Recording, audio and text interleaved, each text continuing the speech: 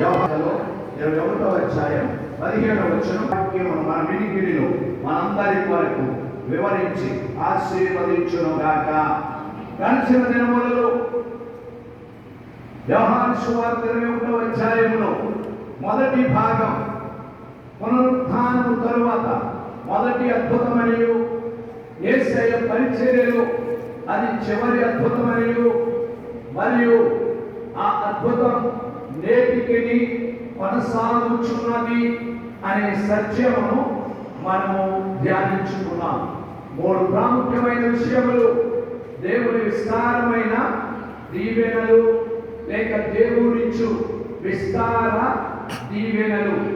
రెండవదిగా దేవుని గొప్ప దీవెనలు. మూడవదిగా దేవుడిచ్చు ఆహారము అనుదినము సమృద్ధిగా దేవుడు మనకు దయచేయించు ఉన్నాడు. ఆ విధముగా ఆ యొక్క ఆశ్చర్య కార్యం యేసయ్య చేసినది మొదటిది, అది ఎప్పటికీ కొనసాగుతూనే ఉన్నది. దేవునికి స్తోత్రం. హల్లెలూయా. అక్కడ నుండి 15వ వచనంలో మనము చదివిన భాగంలో యేసయ్య ఒక వ్యక్తితో మాట్లాడుచూ ఉన్నాడు. ఆయనతో మాట్లాడుచున్నాడు. ఆయన పేరు సీమోను పేతురు. ఈ సీమోను పేతురే రింగ్ లీడర్గా ఉండినట్లుగా గడిచిన వారంలో యేసయ్య పునరుత్థానుడైన తరువాత నేను చేపలు పట్టడానికి పోతున్నాను అంటే ఆయన మరొక 6 వెంబడించి మేము కూడా మీతో వస్తాం అని చెప్పి వారు ఆ విధంగా ముందుకు వెళ్ళిపోయారు. వారు ఎదుర్కొన్న ఫెయిల్యూర్ తర్వాత దేవుని కృప చేత వారు పొందుకున్న జయం మనము చూచాం. ఈరోజు పేతురుతో ప్రత్యేకంగా మాట్లాడుతున్నాడు. మరియు యేసయ్య యొక్క సంబోధన చాలా ఆశీర్వాదకరంగా లేక చాలా అభినందనీయంగా ఉంది. యోహాను కుమారుడవైన సీమోను అని ఎదురుగానే కనబడుతున్నాడు పేతురు. సీమోను పేతురు, ఆయన పేరు ఆయనకు తెలుసు. అయినా మిగిలిన ప్రజల ముందు ఒక ప్రత్యేకమైన రీతిలో ఆయన పిలుస్తా ఉన్నాడు. సీమోను, యోహాను కుమారుడవైన సీమోను అని పిలుస్తా ఉన్నాడు. కొన్నిసార్లు మనం కొందరిని పేరు పెట్టి పిలిచినప్పుడు వారు చాలా ఆనందిస్తారు. అలాగనే మరికొందరు చాలా అదురుపడతారు కూడా. ఏంటి నా పేరు పెట్టి ప్రత్యేకంగా పిలిచారు అని. ఉదాహరణకి ఇక్కడ మీరందరూ ఒక్కొక్కరికి ఒక్కొక్క పేరు ఉంది. ఆ పేరు నేను చెప్పడానికి ప్రయత్నిస్తే 90 మంది చెప్పగలుగుతారు. ఒక 10 మంది పేర్లు కొంచెం తడబడపడే పరిస్థితి ఉంటుంది. ఇంకా కొంతమంది ఉంటారు 10 మంది పేర్లు చెప్తారు, మిగిలిన 90 మంది పేర్లు ఎవరో మాకు తెలియదంటే తెలీదు అంటూ ఉంటారు. అర్థమైందా? ఈవేళ అగ్రహారం చర్చిలో ఒక పాప 2వ పాపను ఎత్తుకొని వచ్చింది. అమ్మ ఈ పాప పేరు ఎప్పుడు అడిగితే ఆడుతుంది, మీరే కదా పెట్టారు ఏమంటుంది? మంచి పని చేసింది, మీరే కదా పెట్టారు సుధీర్ బాబు అని. చాలా మంచి పని చేసాము అనుకున్నాను. చివరి మాట నాకు అయిపోయింది. నాకు ఏమని సుధీర్ బాబు అని. లేకపోతే ఆ పేరు చెప్పలేదు అనుకోండి, మళ్ళీ అడగాలి అమ్మ నేనేం పేరు పెట్టాను.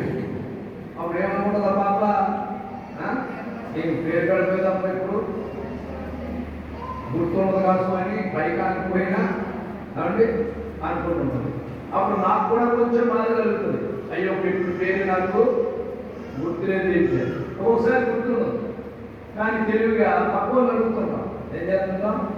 పక్కన అడుగుతాం ఏం పేరు పెట్టావు, ఏం పేరు బాబు పేరు అని చెప్పారు అనుకోండి. వాళ్ళు చెప్పినప్పుడు గుర్తుకొస్తుంది. అంటే ఏదో మర్చిపోవాలి, దానికి గుర్తు లేదు అంటే కొన్నిసార్లు కొన్ని కారణాలు ఉంటాయి. అయితే కొన్ని పేర్లు ఉంటాయి సాధారణంగా మనం గుర్తుపెట్టుకుంటూ ఉంటాం. పేరు పెట్టి ఒకరిని పిలిచినప్పుడు వాళ్ళకి ఎంతో ఆనందం కనబడుతూ ఉంటుంది, వాళ్ళలో కూడా సంతోషం ఉంటుంది. యేసయ్య అద్భుతమైన రీతిలో సంబోధిస్తా ఉన్నాడు. పేతురు నిజానికి గద్దించడానికి పిలుస్తా ఉన్నాడు. పేతురుకు గొప్ప పాఠం నేర్పించడానికి పిలుస్తా ఉన్నాడు. పేతురుకు గొప్ప బాధ్యత అప్పగించడానికి పిలుస్తూ యోహాను కుమారుడైన సీమోను అని పిలుస్తూ ఉన్నాడు. వీలైనంత వరకు మనందరి పేర్లు మాత్రమే కాక మనము ఎవరి బిడ్డలము, ఫలానా వారి కుమారుడవు నీవు, ఫలానా వారి కుమార్తెవు నీవు అని ఒక్కొక్కసారి మన తల్లిదండ్రుల పేర్లతో సహా దేవుడికి బాగా తెలుసు. దేవుడికి స్తోత్రం. హల్లెలూయా. ఎవరో ఒకరు అంటారు మిమ్మల్ని చూసి, అదే ఆయన ఆ ముసలైన దేవుడికి వెళ్తే ముసలైన ఆ కొడుకేంటి అని అంటారు. అర్థమైనా? దేవుడు ఏమంటాడు? ముసలైన అంటాడు. ఎవరు? ఆ ముసలైన పేరు చెప్తాడు దేవుడు. దేవుడికి స్తోత్రం. దేవుడు ఏం చెప్తాడు? ఆ ముసలైన పేరు చెప్పి ఆయన ఫలానా వారి కుమారుడు అని దేవుని దగ్గర మన యొక్క జన్మ ఇచ్చిన తల్లిదండ్రుల యొక్క పేర్లు అవన్నీ కూడా ఆసక్తిగా ఆయన దగ్గర ఉంటూ ఉంటాయి.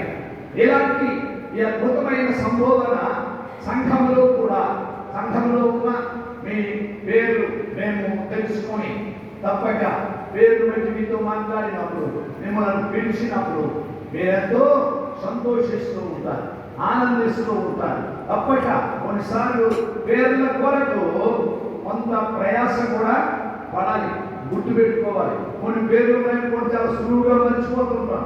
దానికి కొన్ని మొండు గుర్తులు పెట్టుకుంటాం. ఏ గుర్తులు?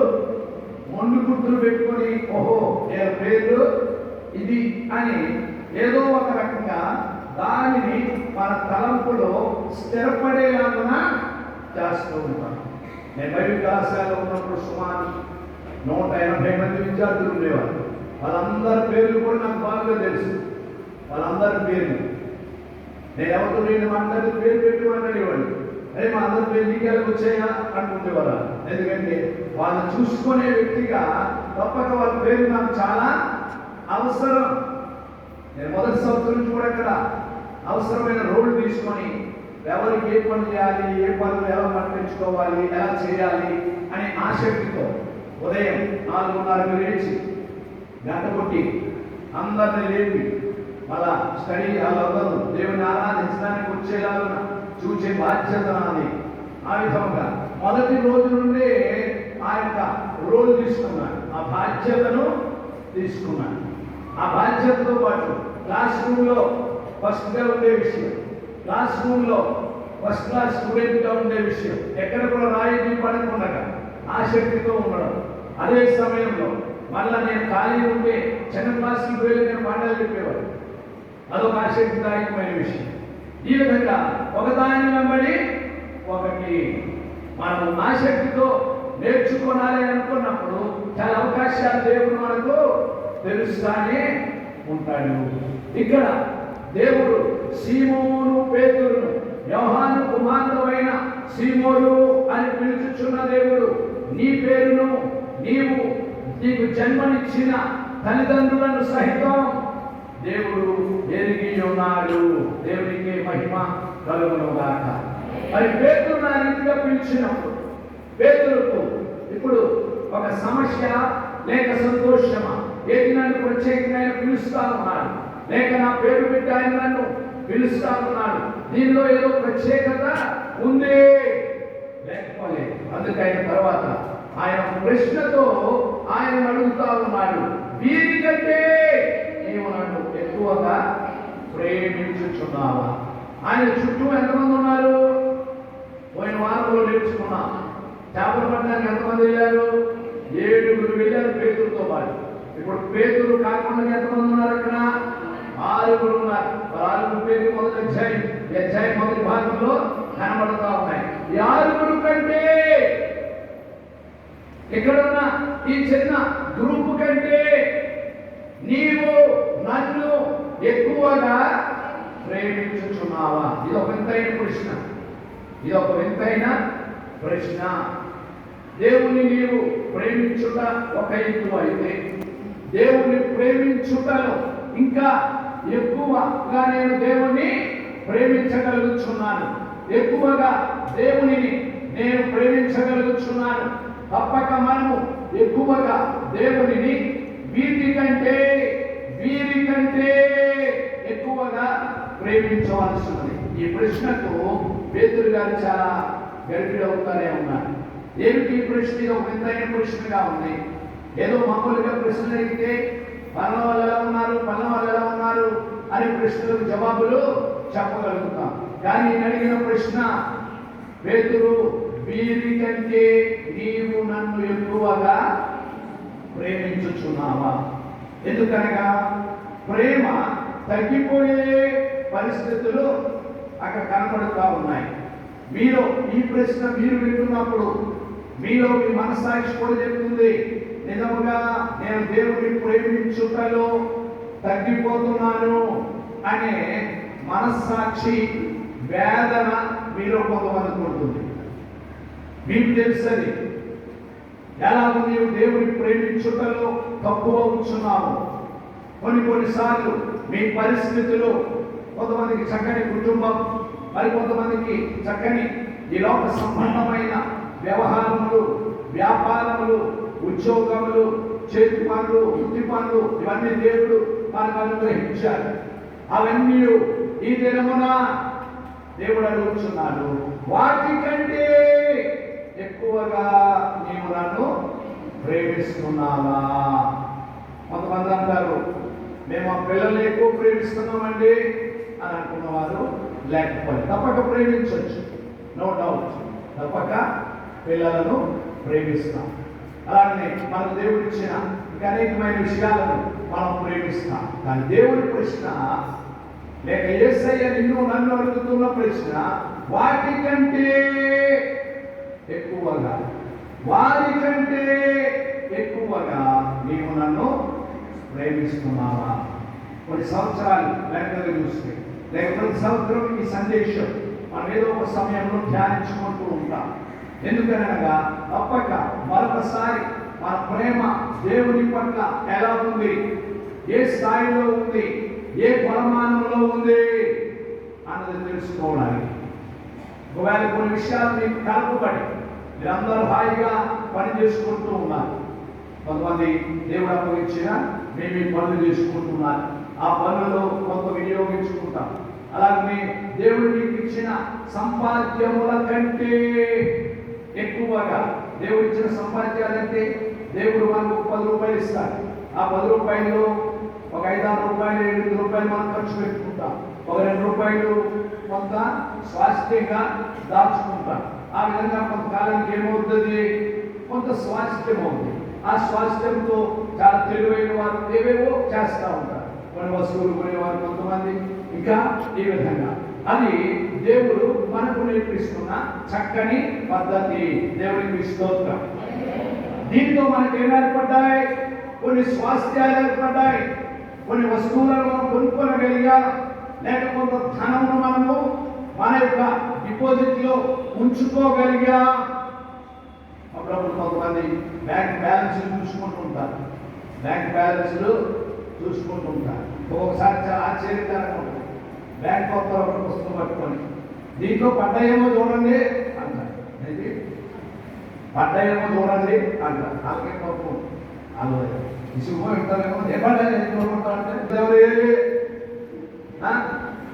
మన బాబు వేసేది లేదు చూడండి, మాది పడ్డదా లేదా, మాది పడ్డదా లేదా అంటే దాని అర్థం నాకు కొంత స్వాస్థ్యం దొరికింది, పర్వాలేదు, నా పుస్తకంలో 1500, 2000 లేక 5000 ఎంతో ఉన్నాయి, రేపన్న రోజు నేను ఎందుకైనా దానిని తీసుకోనగలను. అది దేవుడిచ్చే ఒక స్వాస్థ్యం. ఇంకా అలాగున్నా ఒక్కొక్క రకమైన స్వాస్థ్యములు, ఒక్కొక్క రకమైన దీవెనలు దేవుడు కలిపాడు. ఆయన కలుపుకుండా లేడు, ఆయన కలుపుతూనే ఉన్నాడు. నీకు, నీ కుటుంబానికి, నీ వ్యక్తిగత జీవితంలో, నీ కుటుంబ జీవితంలో, నా కుటుంబ జీవితంలో దేవుడు మన దీవెనలను కలుపుతూనే ఉన్నాడు. ఆ దీవెనలతో ఆయన ప్రశ్న కూడా వేస్తున్నాడు, వీటికంటే ఎక్కువగా నీవు నన్ను ప్రేమిస్తున్నావా? దేవుడికి స్తోత్రం. హల్లెలూయా. ఈరోజు చాలా మంది ఫ్యాషన్ ఏంటంటే ఫోన్ కనపడాలి, జేబులో వచ్చి ఏం కనపడాలి, ఫోను కనపడాలి, లేకపోతే కొంచెం ఫీల్ అవుతుంటారు. నిజానికి తెచ్చిపెట్టే గొడవలు కానీ ఏ గొడవలు, బయట గొడవలు కాదు, ఇది దీనిలో తెచ్చిపెట్టే గొడవలు. దేనిలోని, మన భాగంలో తెచ్చిపెట్టే గొడవలు ఉంటుంటాయి. అదొక ఇలాగున్నా నేను ఇంత ఫోన్ కొనుక్కోగలిగాను, లేక నా దగ్గర ఈ యొక్క అందుకని ఇంత నేను కొనుక్కోలేదండి మా ఊరు కొనాలండి అని అనొచ్చు. అది మంచిదే. దేవుడు అడుగుతున్నాడు, దానికంటే నీవు నన్ను ఎక్కువగా ప్రేమిస్తున్నా. ఎస్, నేను నీకు ఇచ్చానని నీవు దాన్ని కలిగి ఉన్నావు, చాలా సంతోషం. కానీ అది నిన్ను నన్ను ప్రేమించుటలో తక్కువ చేస్తుందా అనే ప్రశ్న. ఇక చక్కని బిడ్డలు మనం కలిగి ఉంటాం. అయ్యో ఈడేనండి నా ప్రాణం అనుకుంటారు. ఈడేనండి నా ప్రాణం, ఏదో మనకున్న ఆ మమకారం, ఆ పరిస్థితి నిజమే. ఆ విధంగా మనం కలిగి ఉండవచ్చు. కొంతమంది వారి కుటుంబాల్లో కొన్ని విషాదకరమైన విషయాలు సంభవించినప్పుడు గుడిపోతం కూడా మానేశారు. మా గుడికి మాకేం సంబంధం లేదండి, ఎందుకంటే దేవుడు మామల్ని తీసుకెళ్తున్నారు. అక్కడ గుడిపోక ఉంటున్నారు ఎవరు అంటే ఇలాంటి దేవుని మీద కోపం వచ్చిన వాళ్ళు ఉంటుంటారు. ఏదో జరిగింది, జరగంది ఏదో జరిగింది, లేక ఊహించట్లేదో జరిగింది, దానికి మన దగ్గర జవాబులు లేవు. అయినా దేవుడు అంటున్నాడు, నీకు జరిగిన వాటి కంటే, జరుగుతున్న వాటి కంటే ఎక్కువగా నన్ను ప్రేమిస్తున్నావా అనే ఈ ప్రశ్న. అలనాడు పేతురుకు నేరుగా నుంచు తన చుట్టూ ఉన్న 6 చూపించి, ఆ 6 మించి నీవు నన్ను ప్రేమిస్తున్నావా అని అడిగాడు. అది అలాగే ఈ దినమున ఈరోజు మనం నేర్చుకుంటున్న వాక్యం ఈ భాగం మాత్రమే. నీవు దేవుని ఎంతగా ప్రేమిస్తా ఉన్నావు, నీకు కలిగినవి ఎన్నో ఉన్నాయి, చాలా సంతోషం. దేవుడిచ్చిన ప్రతి విధమైన గృహం కావచ్చు, ఒక పొలం కావచ్చు, ఒక జంతువులు పశువులు కావచ్చు, ఉద్యోగము కావచ్చు, అనుదినము దేవుడు నీకు ఇస్తున్నటువంటి వేరు వేరు రాబడి విధానాలు కావచ్చు, ఒక వ్యాపారం కావచ్చు, ఎన్ని రకాలుగా దేవుడు నీకు దయచేస్తూ ఉన్నాడు, నేను ఆశీర్వదిస్తూ ఉన్నాడు. ఆయన ప్రశ్న అతీతముగా నీకు ఇచ్చిన వీటి కంటే నీవు నన్ను ఎక్కువగా ప్రేమిస్తున్నావా అనే ప్రశ్న. ఎంతమంది ధైర్యంగా నేను కలిగి ఉన్న వాటి కంటే అతీతముగా దేవుని నేను ప్రేమిస్తున్నాను చెప్పగలమా? నిజానికి మన మనస్సాక్షి చెప్తుంది, నీవు నిజంగా ఆయన ఎక్కువగా ప్రేమించడం నీ ప్రేమ తగ్గుతూనే, ఎందుకని దీనిపై దానిపై లేక వాటిపై నీ మనస్సును పెట్టావు అనే పరిస్థితి. ఇలాంటి పరిస్థితి కాక మరొకసారి ఈ సంవత్సరంలో దేవుడు మనకు జ్ఞాపకం చేస్తున్నాడు.